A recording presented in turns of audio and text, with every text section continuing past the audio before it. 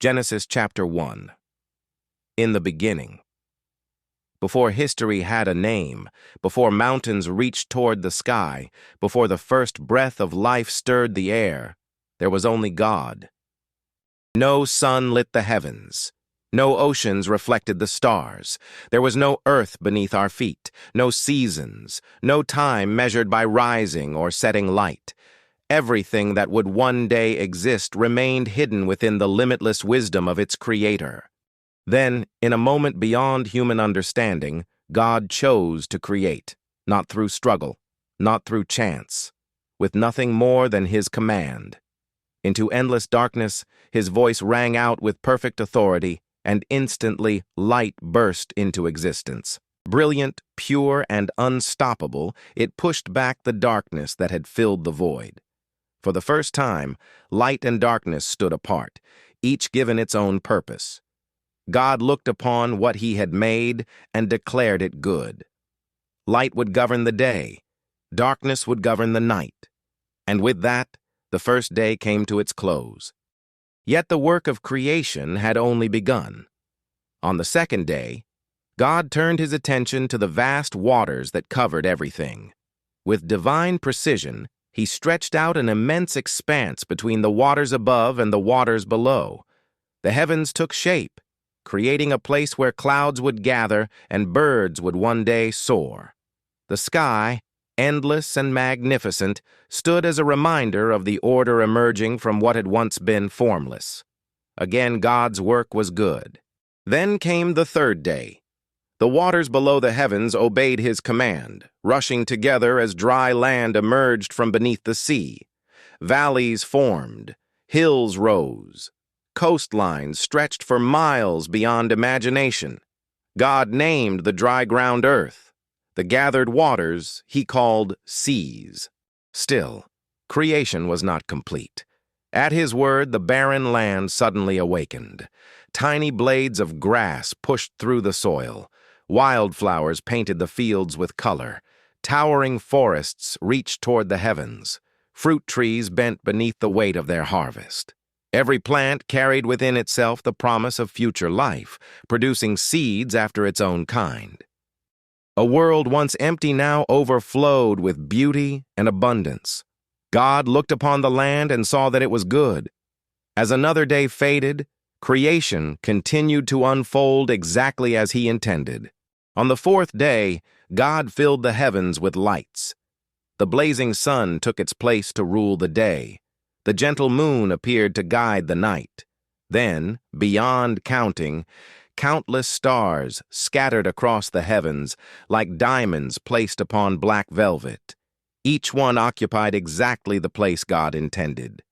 These heavenly lights would mark days and seasons, years and celebrations.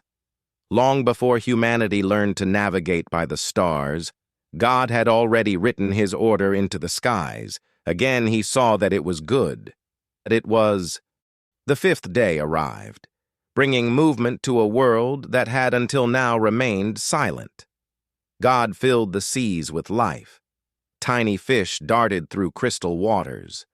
Great creatures swam through the deep, displaying strength and beauty unlike anything the world had ever seen. Above the oceans, birds lifted into the open sky. Eagles rode unseen currents. Songbirds filled the air with melodies. Every wing beat and every ripple reflected the imagination of their creator. For the first time, God spoke words of blessing over living creatures. Be fruitful. Multiply. Fill the waters. Fill the skies. Life would continue, generation after generation, because God had designed it that way. And it was good. Then came the sixth day. The earth itself seemed to hold its breath. God called forth creatures to roam the land. Massive elephants wandered the plains. Swift deer crossed open fields. Powerful lions prowled through tall grasses. Tiny insects crawled beneath leaves. Every creature, from the smallest to the greatest, found its place within creation's perfect balance. Yet something extraordinary was still to come. Everything until this moment had prepared the world for what God would create next. Unlike the animals, this creation would bear something unique. God formed mankind in his own image, not because humanity was the strongest, not because humanity would never fail, but because God desired a relationship unlike any other. He created man and woman with purpose, dignity, creativity, reason, and the ability to know their Creator. Then God entrusted them with an incredible responsibility: care for the earth, steward its creatures, cultivate its beauty, rule not through destruction, but through wisdom and compassion, reflecting the character of the one who made them. The abundant plants and fruit-bearing trees would provide food for both humanity and the animals. Everything necessary for life had already been prepared before humanity ever drew its first breath.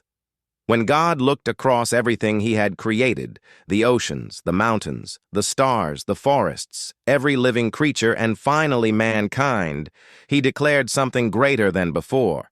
It was not merely good, it was very good. The masterpiece was complete. The universe was no accident. Every sunrise yet to come, every ocean wave, every towering mountain, every heartbeat, every breath, all traced back to this extraordinary beginning, spoken into existence by a creator whose power knew no limits and whose wisdom surpassed all understanding. This was more than the beginning of the world. It was the beginning of God's unfolding story with humanity, a story filled with purpose, hope, redemption, and love. And this was only the beginning.